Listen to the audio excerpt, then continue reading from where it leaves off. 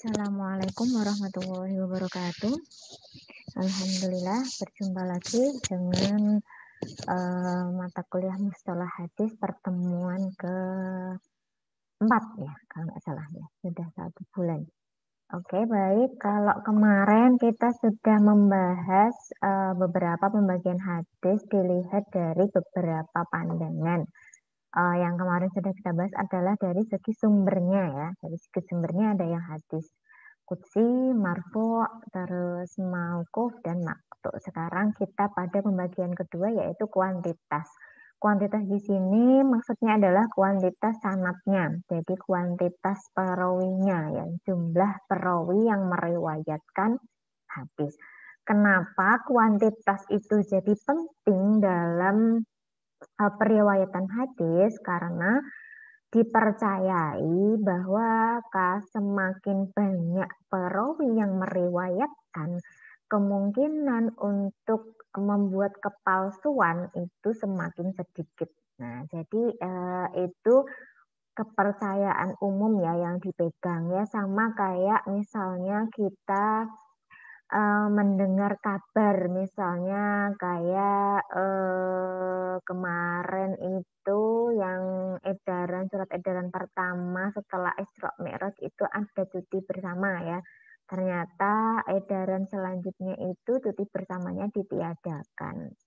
Nah, itu meskipun tidak membaca langsung surat edaran dari pemerintah, ketika banyak orang yang mengabarkan bahwa hari Jumat itu tetap masuk. Nah, itu berita itu akan lebih dipercayai karena sudah menyebar ke beberapa orang. Nah, itu seperti itu. Tapi kalau di zaman sekarang, misalnya kita di media sosial ya, yang itu tempat tersebarnya hoax ya. Tersebarnya hoax itu kuantitas tidak jadi jaminan utama. Iya, memang kuantitas itu sebagai salah satu faktor. Ketika banyak berita-berita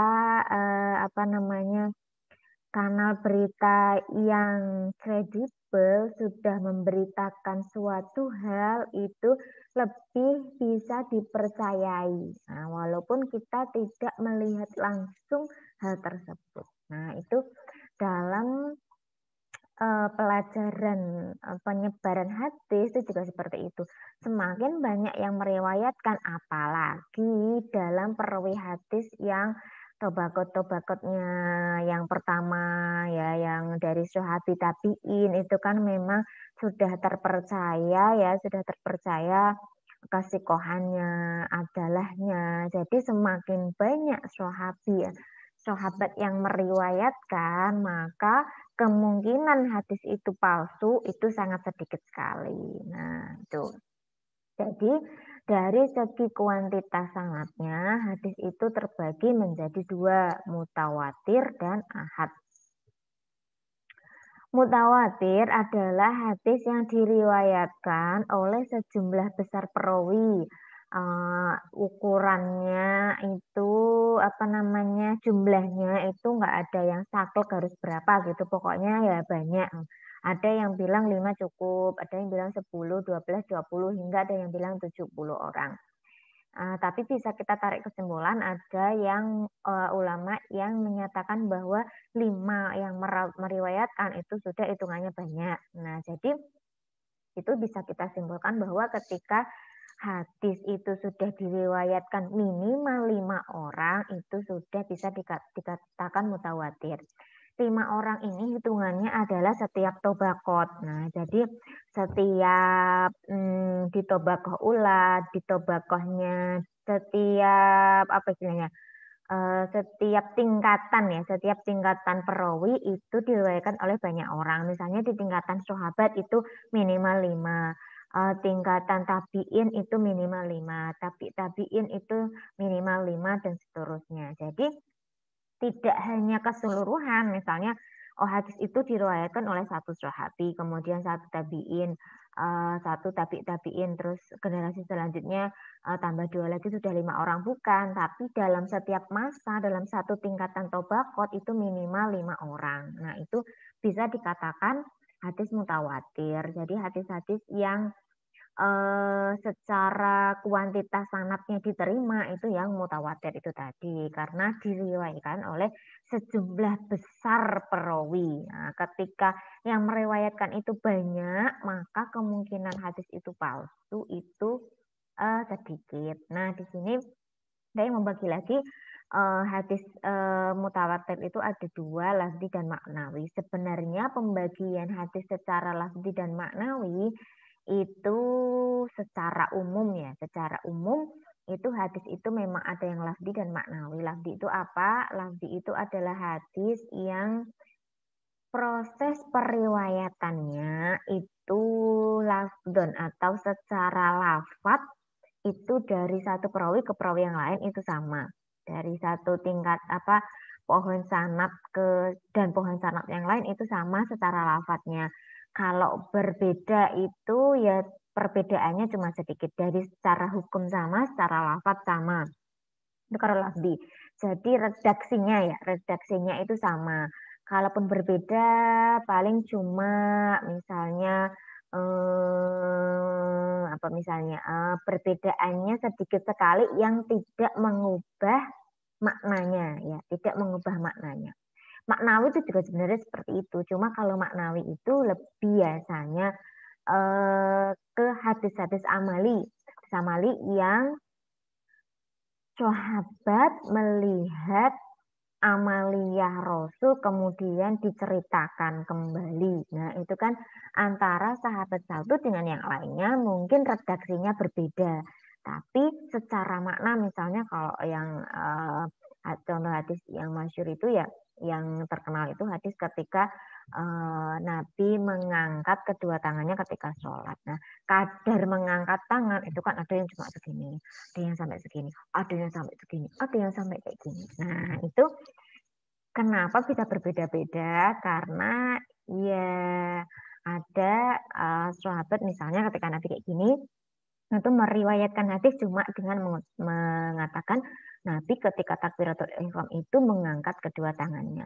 Nah, ada juga yang meriwayatkan dengan detail mengangkat tangannya hingga mendekati telinga. Nah, dan lain sebagainya gitu ya. Makanya kenapa hukum fikih itu banyak sekali perbedaan. Nah, karena ketika itu hadis-hadis amaliyah Rasul itu kadang dilihat sahabat diriwayatkan oleh sahabat itu dengan sahabat yang lain dengan bahasa yang berbeda. Nah, gitu ya.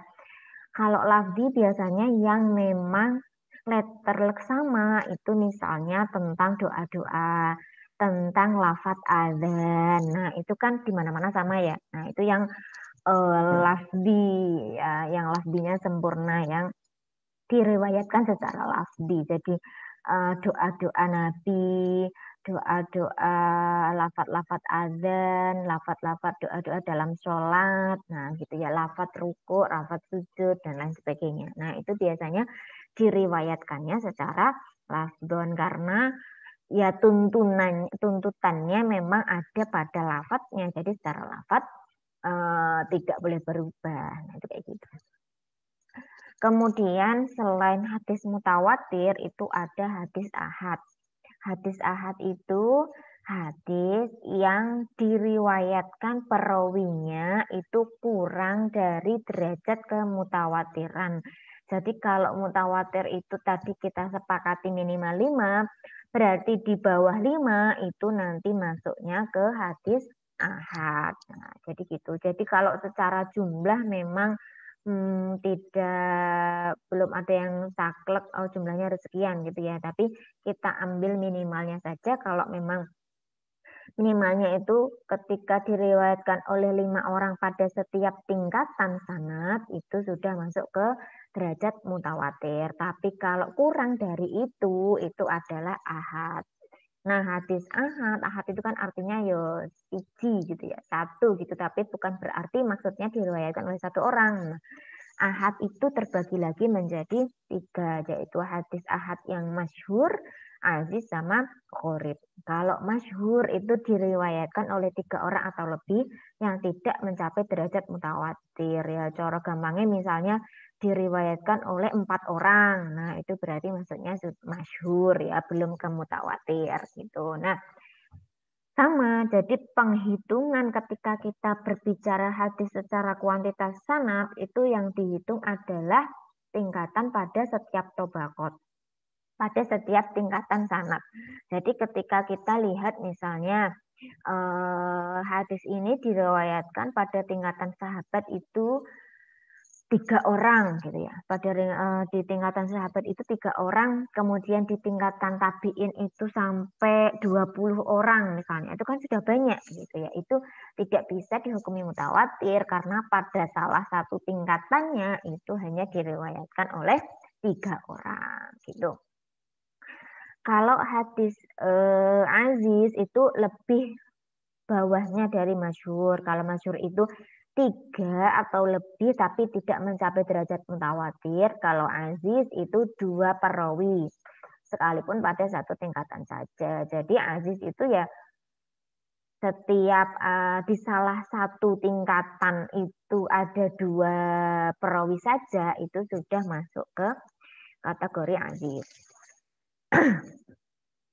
Kemudian yang paling sedikit adalah hadis ahad yang gharib. Yang gharib itu pada salah satu tingkatannya hanya diriwayatkan oleh 1 orang saja. Nah, jadi ketika kita bicara hadis secara kuantitas sanad itu yang kita bicarakan adalah jumlah perawi dalam setiap tingkatan. Ya, jadi bukan kalkulasi semua perawinya, tapi dalam setiap tingkatan.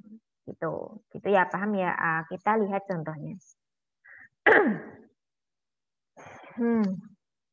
Ini bagan hadis mutawatir. Nah, ini saya bikinnya sudah beda-beda warnanya biar tidak bingung. Oke, salah satu contohnya hadis mutawatir itu kan banyak ya, yang banyak ya hadis mutawatir itu yang diriwayatkan oleh banyak orang. Terus itu saya mengambil satu itu adalah mengkadzaba alayya muta'ammidan falyatabawwa maq'adahu minan nar. Tahu ya ini hadis tentang apa ya? Ini hadis tentang tidak boleh berbohong atau tidak boleh berbohong atas nama Nabi, ya, membuat hadis palsu dan lain sebagainya. Itu mengkadzaba alayya muta'ammidan, barang siapa yang berbohong atas saya di sini Nabi Muhammad secara sengaja, maka tempatnya adalah neraka. Ini larangan berbohong. Nah, hadis ini diriwayatkan oleh banyak sekali perawi, tapi karena di sini saya ngambil yang batas minimal ya, saya kalau suruh nulis semua perawinya ya nggak selesai-selesai ini bikin materinya gitu ya. Jadi saya ngambil angka minimalnya saja. Nah, ini saya nyari di aplikasi pencarian hadis ya. Itu lafaz ini mengkadzaba alayya muta'ammidan falyatabawa maq'adahu minan nar itu diriwayatkan oleh banyak orang. Nah, jadi dalam tobaqoh sahabat misalnya ada Mughirah, Mas'ud, Abi Hurairah, Anas bin Malik, Abdullah bin Mas'ud.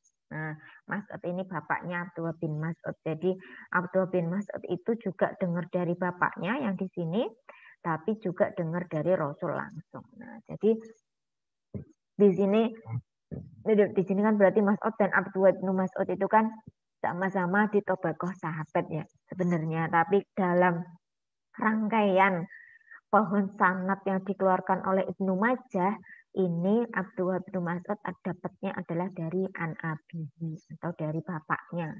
Nah, jenenge di situ saya tidak meneliti lebih jauh bapak Abdullah bin Mas'ud ki sapa, sementing nak jenenge Abdullah Ibnu Mas'ud berarti kan bapaknya jenenge Mas'ud gitu ya. Oke, jadi ketika jenengan mencari hadis, tentu kalian sudah punya aplikasi pencarian hadis ya, harus punya itu minimal. Oh ya orang minimal ya apa ya yang lengkap ya Maktabah Syamilah itu silahkan di install di laptop kalian. Jadi nanti kalau saya memberi tugas misalnya suruh nyari hadis plus pohon sanatnya itu jenengan punya alatnya, ya. Jadi ini hadis mangkadzaba alayya muta'ammidan falyatabawa maq'adahu minan nar. Ini di Tobaqot sahabat itu sudah banyak yang meriwayatkan. Kemudian di jalur selanjutnya itu ada Ali bin Rabi'ah, kemudian ada Simak, kemudian ada Ibnu Sholah, Ibnu Syihab sama Zirwin. Nah, jadi itu juga minimal 5. Begitu juga di bawah-bawahnya Abu Naim itu ada Syarik, Abu Awanah, Muhammad bin Rom, Abu Bakar bin Ayyash, dan lain sebagainya sampai ke mukhorijnya. Ini saya tulis di LL karena ini masih panjang ini ya, tapi nggak cukup ya saya tulis. Jadinya di sini masih ada 2 atau 3 orang gitu yang saya lewati dari Ismail bin Musa. Jadi dari Ismail bin Musa ini tidak langsung ke Ibnu Majah, jadi melewati 2 atau 3 nama gitu. Jadi saya tulis di LL dulu. Nah ini sampai ke Bukhari, ini ada di kitab Bukhari, di Ibnu Sunan Ibnu Majah, Sahih Muslim, dan Sunan Tirmidzi. Nah, jadi ini contoh hadis yang mutawatir. Tentu hadis mutawatir itu masih jumlahnya masih banyak sekali ya. Ada yang meriwayatkan ini termasuk yang kalau saya lihat itu yang lafzi karena ada tambahan di belakang lafal maupun di depan itu, tapi dalam kaitannya tentang berbohong atas Rasul itu rata-rata redaksinya sama menggunakan mangkadzaba alayya muta'ammidan falyatabawa maq'adahu minan nar. Meskipun ada dalam beberapa sanad itu yang di sininya ada lafadznya atau di belakang sini ada lafadz tambahannya. Begitu ya. Jelas ya. Oke, selanjutnya contohkan hadis yang ahad. Nah, yang ahad itu kan yang perawinya itu tidak sampai derajat mutawatir.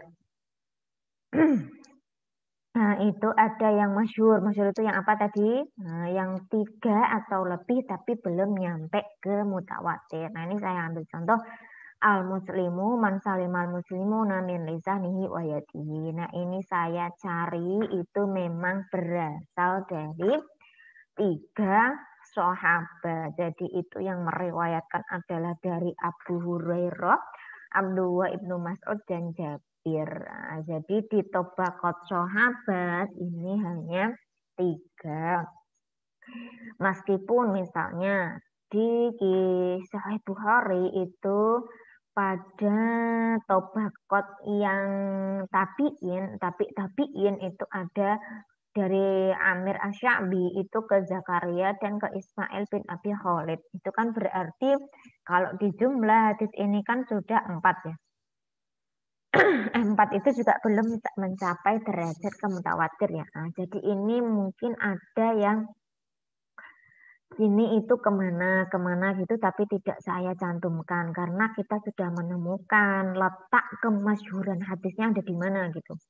Kenapa hadis ini disebut masyhur? Karena pada Tobaqot awal ini memang hanya diriwayatkan oleh 3 orang. Ini di kitab banyak, di kitab Tirmidzi ada, Bukhari, Muslim, di kitab-kitab lain ada, tapi rata-rata yang meriwayatkan itu ya sumbernya Abi Hurairah, Abdullah bin Mas'ud, dan Jabir. Begitu. Kemudian paham ya, jadi kalau masyhur itu 3. Jadi salah satu Tobaqot ini pokoknya di Tobaqot ini pokoknya hanya ada kurang dari 5 orang. Gitu. Next. Kemudian ini adalah bahkan hadis yang aziz. Nah, apa tadi yang aziz? Ya, aziz ya di bawahnya derajat masyhur. Kalau masyhur itu 3, kalau aziz berarti 2. 2 itu di sini saya ngambil contoh la yu'minu ahadukum hatta yuhibbu li akhihi ma yuhibbu li nafsihi. Itu tentang imannya seseorang ya, tidak dikatakan beriman sampai mencintai saudaranya sama ketika kita mencintai diri kita sendiri ya. Jadi itu untuk kerukunan lah. Nah, ini dari banyak kitab yang menulis atau yang mengeluarkan hadis ini, semuanya itu sumbernya nek enggak Anas bin Malik ya Abu Hurairah. Jadi sahabat yang mendengar hadis ini itu cuma beliau berdua. Makanya kenapa disebut hadis aziz. Jadi ini kan kita lihat ya di pohon ini. Anas bin Malik itu memperdengarkan hadis itu ke Qatadah dan Abdul Aziz bin Suhaib. Nah, kemudian Qatadah ini juga nyabang lagi. Qatadah mendengar hadis itu dari Anas, kemudian mengajarkan hadis itu ke muridnya Husain al-Mu'alim sama Syu'bah. Syu'bah juga memperdengarkan itu ke Yahya dan ke Adam. Nah, dan lain sebagainya ya. Jadi meskipun di bawah-bawahnya Tobaqot itu mungkin diriwayatkan oleh banyak orang, tapi kalau di salah satu tingkatan itu hanya dua, dan kita menemukan hadis ini yang yang rawinya dua adalah di tingkatan sahabat, yaitu Anas bin Malik dan Abu Hurairah, maka hadis ini bisa dibilang hadis aziz. Begitu ya. Oke. Biasanya memang yang ditemukan hadisnya, yang ditemukan perawinya sedikit itu memang yang tingkatan-tingkatan atas. Kalau yang tingkatan bawah karena umat Islam semakin banyak ya, ke bawah itu kan umat Islam semakin banyak, jadi kayak majelis-majelis taklim itu kan pendengarnya semakin banyak. Nah, jadi semakin ke bawah biasanya memang perawinya akan tambah banyak gitu. Jadi kasus-kasus yang ditemukan dalam hadis-hadis yang khairu mutawatir atau yang bukan masuk derajat mutawatir biasanya memang sudah ditemukan di awal-awal Tobaqot, di Tobaqot sahabat atau ketabiin itu biasanya sudah ketemu. Kalau memang cuma dua berarti aziz. Kalau di bawahnya 5 berarti dia masuk ke masyhur gitu ya. Nih dipahami ya. Kemudian yang terakhir adalah contoh hadis gharib. Nah, ini yang paling banyak digunakan contoh karena ini saya gambarnya juga sudah nemu ya, sudah nemu. Kalau yang tadi meneliti sendiri karena ketika saya mau meneliti hadis ini ternyata sudah ada yang bikin bagannya ya. Alhamdulillah saya sudah tertolong nggak gambar-gambar lagi gitu. Jadi ini hadis yang sering banget kita dengar, innamal a'malu binniyat wa innamal likulli imri'in ma nawa. Itu hadis pertama di hadis arba'in ya kayaknya ya. Di hadis arba'in itu di hadis pertama. Nah, itu kitab-kitab hadis yang mencantumkan ini tuh banyak sekali. Sahihain, sunan-sunan, terus banyak ya. Ini hadis itu terdapat di banyak sekali kitab-kitab hadis yang tentunya yang masdar hadisnya, kitab-kitab yang induknya, kitab-kitab babonnya. Tapi semuanya itu sanadnya dari sahabat sampai ke mana ini? Sampai ke tabi'in itu melewati satu orang. Umar bin Khattab, Umar bin Waqqas, Muhammad bin Ibrahim At-Tamim, Yahya bin Sa'ad Al-Ansari. Nah, baru dari Yahya bin Sa'ad Al-Ansari ini menyebar ke banyak orang. Nah, jadi begitu. Jadi rata-rata nyari keyword innamal a'malu binniyat itu yang meriwayatkan ya ini. 3 orang ini, 4 orang ini yang bawah-bawahnya baru ganti-ganti. Dari Malik Yahya, terus Yahyanya ke Laits, ke Ahmad, ke Sufyan, dan lain sebagainya. Nah, tapi di salah satu, nah kalau ini kan banyak ya, banyak Tobaqot yang memang itu cuma satu orang. Nah, tapi salah satu misalnya di Tobaqot Ula atau di Tobaqot sahabat ini cuma diriwayatkan oleh Umar, itu sudah masuk ke bagian hadis gharib. Nah, jadi sekali lagi ketika kita mempelajari atau berbicara tentang hadis secara kuantitas sanad, nah itu yang dilihat adalah tiap-tiap Tobaqot. Begitu, nggih, paham nggih? Oke, Kak. Terus pertanyaan selanjutnya adalah jadi kita sering memakai hadis innamal a'malu binniyat, ternyata itu hadis gharib. Boleh nggak berarti? Boleh nggak kita berhukum pada hadis-hadis yang ghairu mutawatir? Jawabannya adalah ketika kita mau berbicara tentang hadis itu diterima atau tidak, yang kita bicarakan tidak hanya secara kuantitas, tapi akan kita bicarakan di pembagian hadis selanjutnya, yaitu hadis min haitsul qabul warad. Jadi hadis yang diterima maupun yang ditolak. Karena kita bicaranya tidak hanya kuantitas tapi juga kualitasnya. Seperti itu ya. Jadi apakah yang hadis mutawatir itu ada yang doif? Ya mungkin kalau kualitas rawinya itu ada yang bermasalah. Itu ya. Gitu. Jadi kalau kita mendengar, oh berarti ini amal-amal biniat, yo gur hadis gorep kok ngapain kita pakai? Yo belum tentu juga kalau hadis gorep, tapi kualitas perawinya itu semuanya sikoh, semuanya adil. Hadis ini termasuk hadis sahih gitu ya. Jadi pembahasan tentang hadis itu bisa dipakai atau tidak itu nanti ketika kita bicara hukum hadisnya dia sahih, hasan atau dhaif itu pada pembagian hadis secara kualitas atau secara diterima atau tidaknya gitu. Nah, kalau ini baru pembahasan tentang jumlah banyak tidaknya perawinya. Belum ke kualitas perawinya. Tuh, oke, sampai sini ya. Semoga bisa dimengerti dan dipahami. Silahkan diulang-ulang membacanya kalau tidak paham, atau bisa langsung bertanya kepada saya. Seperti biasa, silakan menyimak dulu, nanti di akhir jam akan kita adakan sesi tanya jawab. Kalau jenengan sudah banyak pertanyaan, ya saya tidak akan bertanya. Tapi kalau jenengan nggak tanya, ya saya aja lah yang bertanya. Gitu. Oke, terima kasih. Semoga semuanya sehat selalu. Cukup sekian dari saya. Mohon maaf apabila ada kekurangan. Wassalamualaikum warahmatullahi wabarakatuh.